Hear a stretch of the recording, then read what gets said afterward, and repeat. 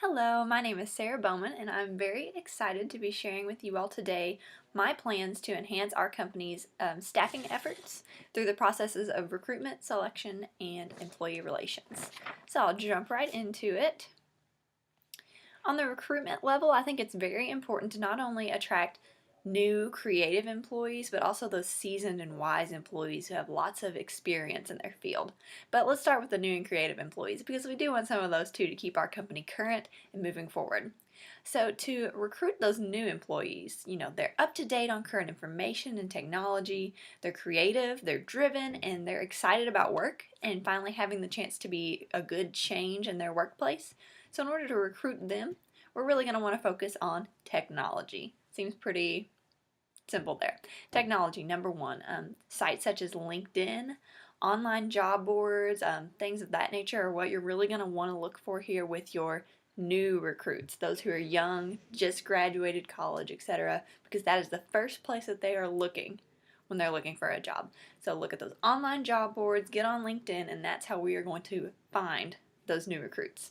I would also highly recommend for our business to attend job fairs at colleges and different graduate schools. Job fairs are a great place to meet potential recruits for your company. They are full of students who are currently in college, so maybe in a couple years they're going to be ready to come and join you at your business. They may be possibly looking for an internship. A job fair is a great place to find a new intern, and internship programs are incredible not only for the intern themselves but for the companies. You get these kids in who are pursuing a career in your field. You get them in, you train them up the way you want them to work in your company, and if you treat them right, then they're likely to come back to you, and that's how you can get a load of new recruits simply through an internship. In fact, according to Lee, Chow, and Chin, internships provide good opportunity for industries to come into contact with prospective employees who suit their organization. So through that internship, you can tell if that person really meets the standards you need for your company, and if not, you can let them go, and if so, you can keep them, and you've got a built-in employee almost who you didn't even really have to go looking for. You just had to attend that job fair, and they were there willing and excited to come and do an internship with your company. Now back to recruiting the seasoned, the wise employee, as I like to say. We need those employees because they have the knowledge and the experience and the wisdom that can only be gained through experience. It's very valuable to a company. So when we're recruiting the old, technology is probably not the best route to go. You're not going to want to get on the internet like you would for these new, young, millennial, generational type recruits, because that's not the place that our older generation is going to be looking for a job. For this sector, I would like to focus more on posting ads in the paper, hanging signs in the window of our workplace. For top dogs, if we're looking for those head positions in an employment situation, I'd like to contact those people directly through phone calls. Find a person who you think would be a great new chief financial operator and give them a phone call. You know they've got the experience, you've seen what they can do, and that's a great way to just go ahead and contact them initially. I would also be interested, and this is my own idea that I've kind of thought would be nice to implement in our workplace, would be to host a job fair that is specifically designed for those who have work experience. Typically job fairs are for people who are coming into the industry, who have maybe been without a job for a while. But this job fair, in my opinion, would be for those who have had work experiences but are maybe looking for something new, maybe looking to change companies, maybe aren't quite happy where they are, but they do have that experience. So in my brain, I'm thinking a job fair for those who have had 15 or more years of work experience in a related industry, and they can come in, they can see our name right there on the front of the job fair, and they can apply for a job that may be open, or we can talk to them about transitioning them into our company. Lots of opportunity there. If we're not talking external, which external recruiting would be all these people who aren't within our company right now, moving to the internal recruiting would be people inside of our company who we are interested in maybe changing their job around a little bit, maybe moving them up, moving them to a different department, whatever that may be. And the great way to recruit these types of employees would be to post flyers in our job facilities. Post them in a highly trafficked area, a workroom, a break room, whatever it may be, so that people are seeing that that opportunity is there and presented to them and not just to external employees. Also a great recruitment selection for those internal job opportunities would be to approach people directly. If I as HR know that Bobby Joe has been doing a wonderful job where he is, and think that maybe there's a possibility that he could be interested in moving over to this other department that really needs what he has there, it would be a great idea for me to approach him and say, "Hey, Bobby Joe, we've noticed you've done a great job, and we're thinking maybe you'd be interested in moving over here and helping us out a little bit." There's a great chance that Bobby Joe would be so honored, first of all, that you've approached him directly, that he would be excited about the opportunity to change up his work schedule a little bit. So that's a great opportunity as well to recruit internally. As far as selection goes, there are several things to consider when you are selecting employees from a pool of recruits. First off, KSAOs, or knowledge, skills, abilities, and other characteristics needed to perform well at a job, are critical when selecting your employees. If your future employee does not have the knowledge, the skills, the abilities, or other characteristics they need to succeed in that workplace, then that's probably not something we want to pursue. There are some instances, well, maybe they'll have 3 of the 4 specific skills they need, and if this person is a great match for our company and seems to be a quick learner, then you can make some exceptions, but first and foremost, those KSAOs need to be met. These people who you're going to select also need to meet job requirements as far as experience, past experience, or education is concerned.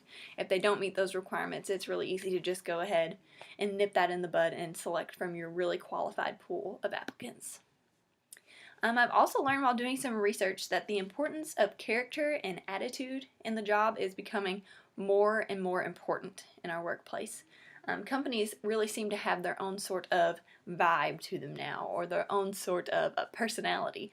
And if you hire an employee who does not match with your company's personality or vibe, or what really characterizes that company, it's not going to work out so great. They're going to feel uncomfortable. They're going to feel like they don't really fit. So the best opportunity there would be to just go right ahead and pick the employee that you know is going to fit.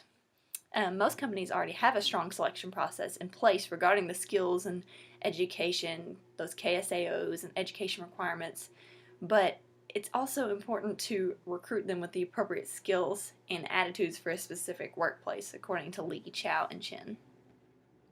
To address this, I would propose having time, whether in interviews or online, to ask recruits specific questions about what their passions are, if they have volunteer experience, and if so, what was it that motivated them to be involved. We're really wanting to get into the root here of what drives these people, who they really are, and if they're going to be a good fit for our company.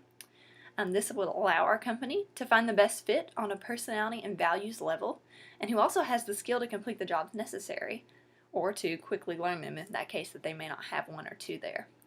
Fitting personality lends to a long employment, and therefore we're going to save money by having these people who really fit in our workplace.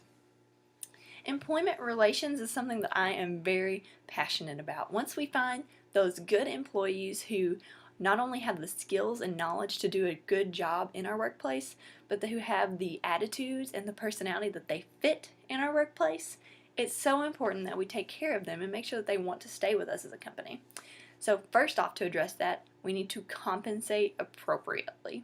And when I say appropriately, I mean that we need to have a competitive level of base pay, competitive benefits in our market, and also a flexible amount of paid time off per employee, so that our employees know that we value them, that we want them to get the best that they can out of our job, and that will also make our business competitive in the market.